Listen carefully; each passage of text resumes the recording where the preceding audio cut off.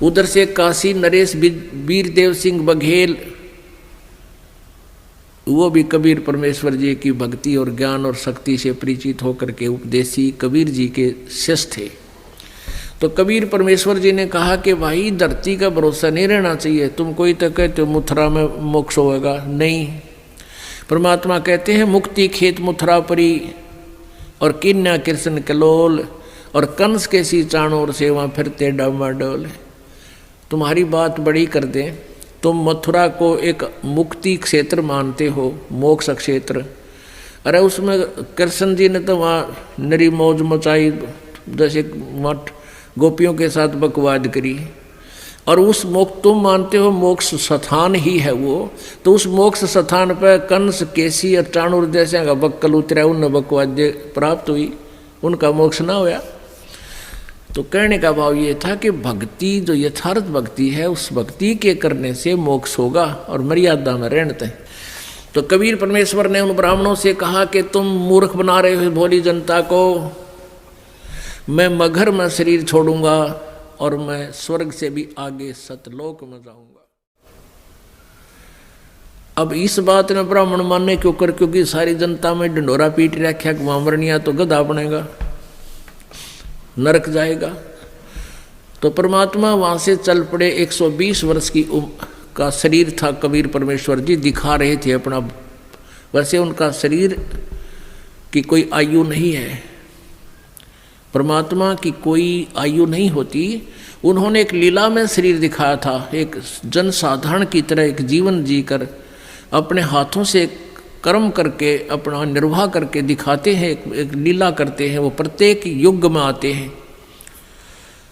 120 वर्ष की आयु शरीर की दिखा रहे, ऐसे महसूस हो रही थी। और काशी से पैदल चल पड़े। उनके साथ वीरदेव सिंह बघेल काशी नरेश भी अपनी सेना लेकर चल पड़ा और काशी के बहुत से व्यक्ति दर्शनार्थ चल पड़े। और काशी के वो विद्वान पंडित मंडलेश्वर भी अपने पोथी बही लेकर के चल पड़े, पत्रे वत्रे और जो ज्योतिष जातस सारी शोधन खातर वो भी चल पड़े। वीरदेव सिंह बघेल सेना इसलिए लेकर चला था कि मैं गुरुदेव जी के शरीर को यहाँ लाऊंगा जब ये शरीर छोड़ देंगे, और हिंदू रीति से इनका अंतिम संस्कार करेंगे। हम मुसलमानों के हाथ अपने गुरु जी के शव को नहीं जाने देंगे। अब बिजली खां पठान मुसलमान को जब ये पता चला कि गुरुदेव यहाँ आ रहे हैं और काफी व्यक्ति भी दर्शनार्थ आ रहे हैं और गुरुजी यहाँ पर अपना जीवन लीला अंत करेंगे, और वीरदेव सिंह काशी नरेश हिंदू के इरादे से भी परिचित हुए कि वो शरीर को लेकर जाएंगे। तो बिजली खां पठान ने भी अपने मुसलमानों से सलाह की। तो मुसलमानों ने कहा कि हम अपने गुरुदेव के, अपने पीर के शरीर को हिंदुओं को नहीं देंगे, हम मुसलमान रीति से अंतिम संस्कार करेंगे, और यदि ये नहीं मानेंगे तो आपस में युद्ध भी करके प्राप्त करेंगे। जब परमेश्वर कबीर जी वहाँ पहुँचे तीसरे दिन पैदल चल के, क्योंकि बनारस से काशी से मगहर लगभग 200 किलोमीटर के आसपास है।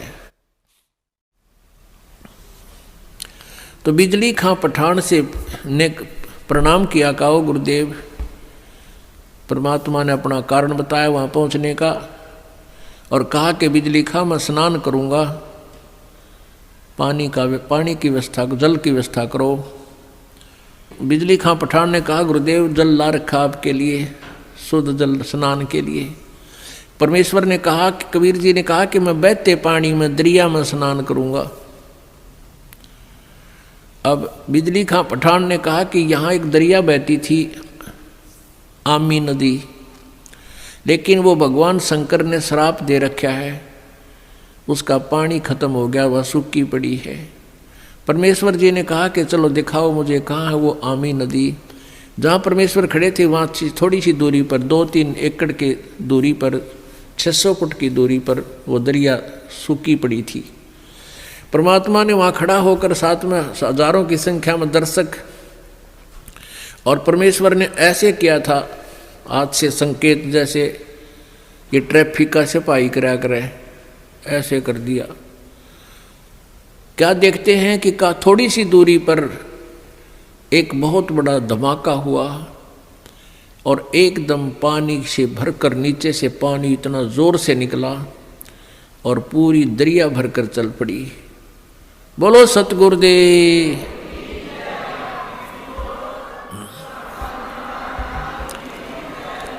बंदी छोड़ कबीर परमेश्वर जी की जय।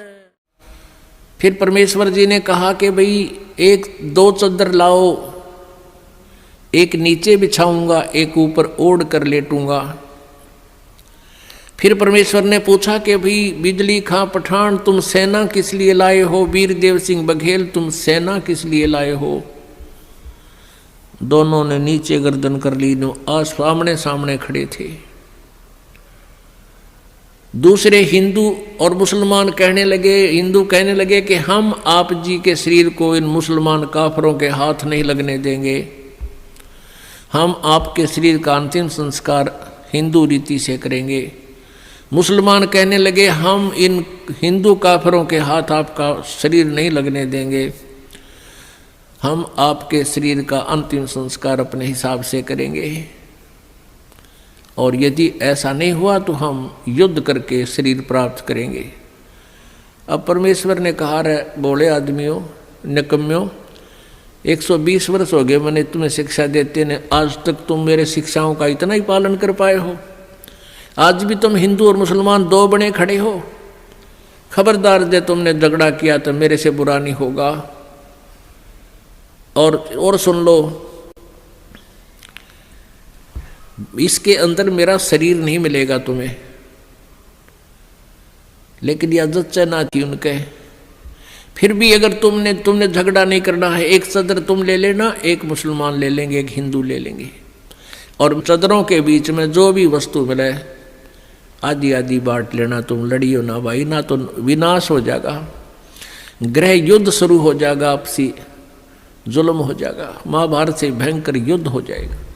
लेकिन उनके मन में न्यू थी कि एक बार गुरुजी शरीर छोड़ दे फिर तुम आप देख लेंगे।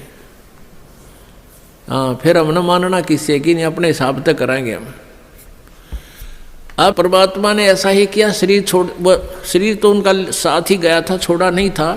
लेकिन क्या हुआ, जितने सबके समान था, सब जैसे चादर ओढ़ी थी ऊपर के और शरीर के ओढ़ा हुआ जैसे महसूस होता, इतने ही शरीर के आकार के फूल बन गए सुगंधित।